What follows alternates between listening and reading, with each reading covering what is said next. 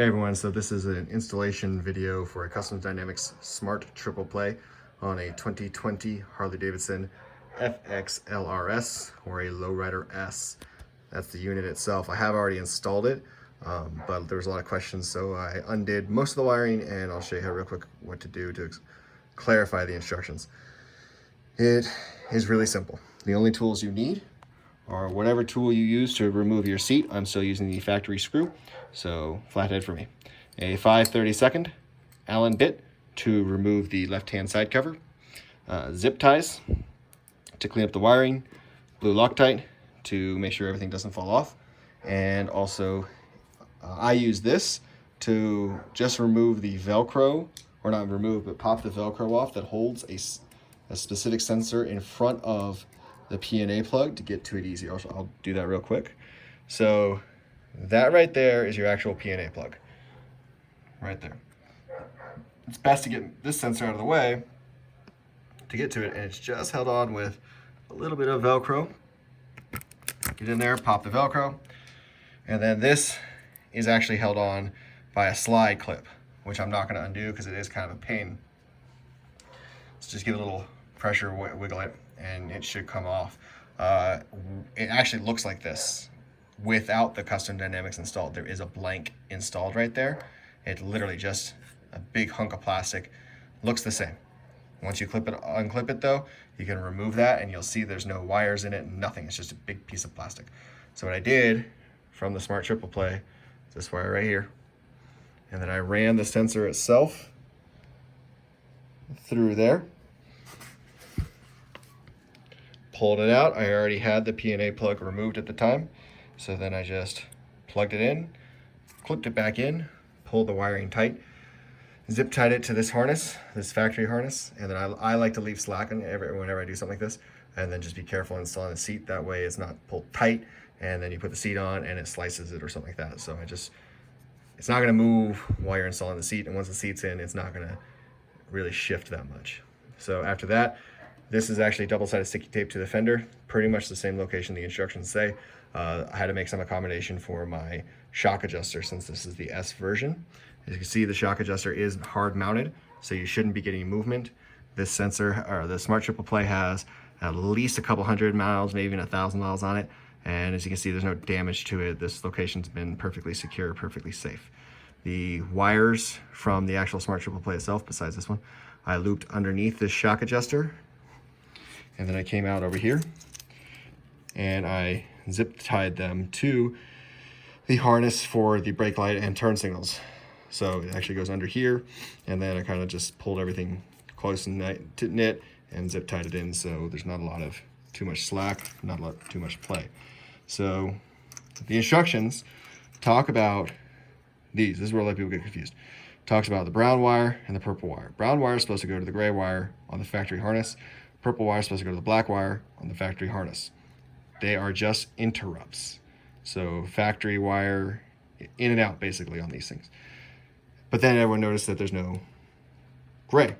It's actually supposed to be talking about the gray and black clip. And these clips are just held in with tension, as you'll see here in a second. This one is held on by, it just pops in and out. This is your factory brake light. So this is what actually holds your factory brake light in, and it's kind of tight, okay? The first couple times. It loosens up a little. So real quick, I'll show you. Pull these out. Try not to pull on your wires themselves. Pull those out. Let me put this down a little bit. I'll try to get a view of it though. Okay, so factory brake. Put a little tension right there. You can actually see, I know it's kind of fuzzy, but you can see those lift right there. So, and then on this one, right there, use something to point. That right there. You can see these lift right here. Out. And then on this side, it's just on the other side. You'll just have to believe me, it's there. And there you go. You've actually disconnected your turn signals and your brake light. So after that, it's real easy. We're just going to do the interrupt, okay? So let's see here. Here's brown. So you're just going to undo what you did. So brown wire right there. It's going to go to gray harness. And then brown wire right there is going to go to the other end of the gray harness. There it is. You cannot install these backwards. You can install them incorrectly, like you can put your brown to your black, and then you're just going to reverse your turn signals. So, but you can't install the clips themselves backwards. Purple wire to your black harness, or black clip. There we go. And then this is, again, this is the interrupt. Purple, black clip. And I'm going to slide these back in. As you saw, they're under tension to keep them in their location.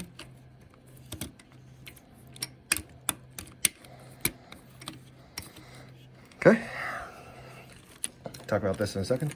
And then I'm just going to interrupt my brake light real quick. So it's the same thing. It's the same thing as before. You're just going to, this is factory. This is the interrupt. It looks exactly the same as the factory one.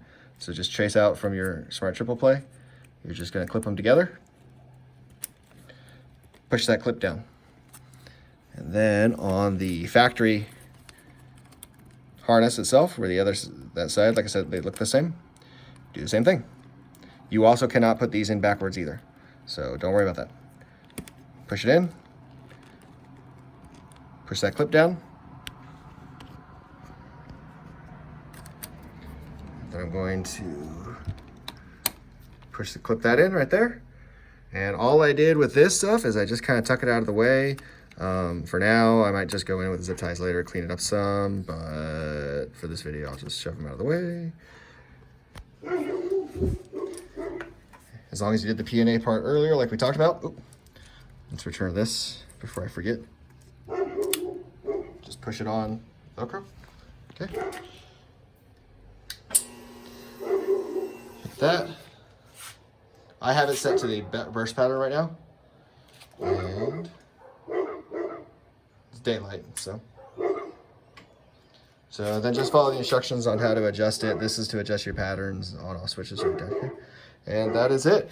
It does not take very long. It takes a little bit longer than this video because of the P&A plug. And I'm going to reassemble everything, and yeah, good to go.